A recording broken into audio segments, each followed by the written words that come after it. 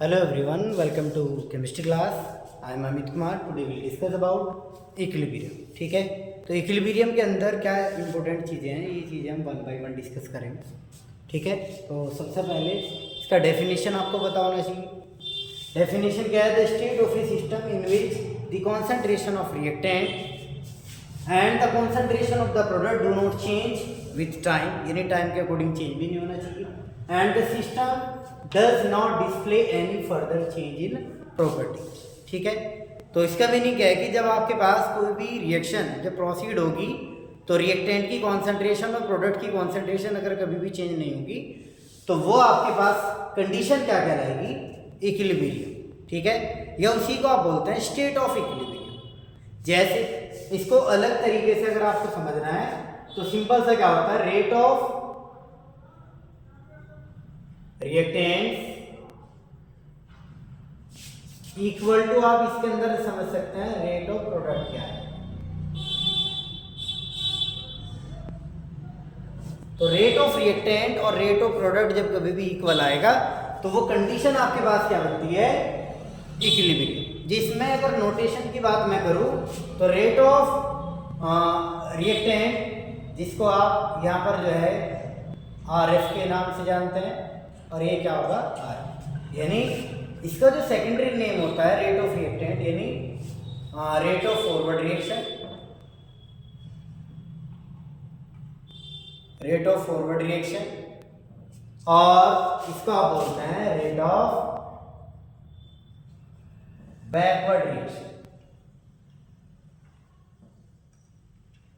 तो rate of forward equal to कब आएगा? जब रेट ऑफ बैकवर्ड, तो वो टर्म आपके पास क्या कहलाएगा बच्चों?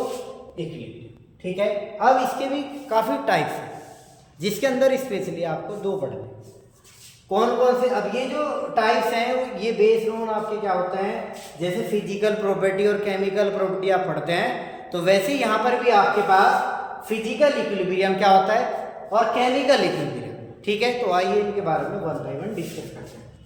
तो जैसे physical equilibrium, we know that solid, liquid and gas are three state of substance, यानी सब्सटेंस की तीन स्टेट होती है, सॉलिड, लिक्विड और गैस. जिसके अंदर आप यहां पर पढ़ोगे कि three type of physical equilibrium, यानी इस फिजिकल इक्विलिब्रियम के अंदर भी three different type of equilibrium इसके अंदर पढ़ेंगे.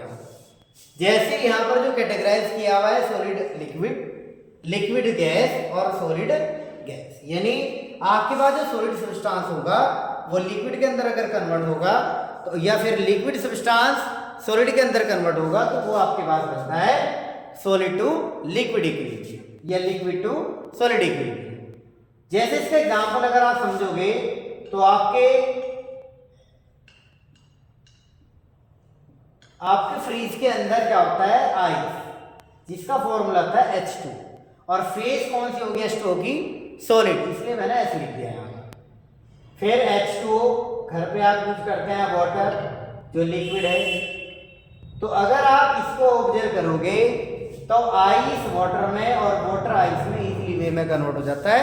तो इसका मीनिंग ये एग्जांपल होगा सॉलिड टू लिक्विड इक्विलिब्रियम का, liquid to solid equilibrium. Hope you understand.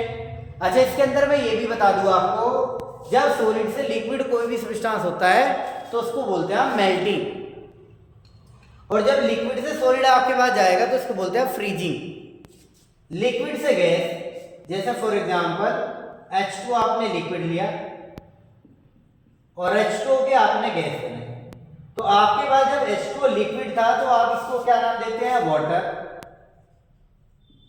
और H2O गैस आपके पास होगा तो इसको बोलते हैं आप वेपर. यानी जब वाटर वेपर के अंदर कन्वर्ट होगा तो ये आपके पास बनेगा लिक्विड टू गैस इक्विलिब्रियम और गैस टू लिक्विड इक्विलिब्रियम. तो होप ये भी आपको क्लियर हो चुका हो. ठीक है, अब लिक्विड से गैस के लिए आपके पास जो प्रोसेस यूज होता है उसको आप बोलते हैं वेपोराइजेशन, और गैस टू लिक्विड के लिए आप बोलते हैं कंडेंसेशन. ठीक है जी, ये आपको ध्यान रखना. अब इंपॉर्टेंट ये है सॉलिड टू गैस, जिसको आप क्या बोलते हैं? सब्लिमेशन, या गैस टू सॉलिड, तब भी आपके पास सब्लिमेशन है. तो यहाँ पर I2 आपके पास सॉलिड से अगर आप I2 गैस का फॉर्मेशन कर रहे हो या I2 गैस है, I2 सॉलिड का फॉर्मेशन कर रहे हैं, तो ये एक्चुअल में क्या होता है, सब्लिमेशन प्रोसेस है। सब्लिमेशन प्रोसेस वो होता है बच्चों जिसके अंदर कोई भी सॉलिड सब्सटेंस डायरेक्टली गैस के अंदर कन्वर्ट हो जाएगा। क्लियर है?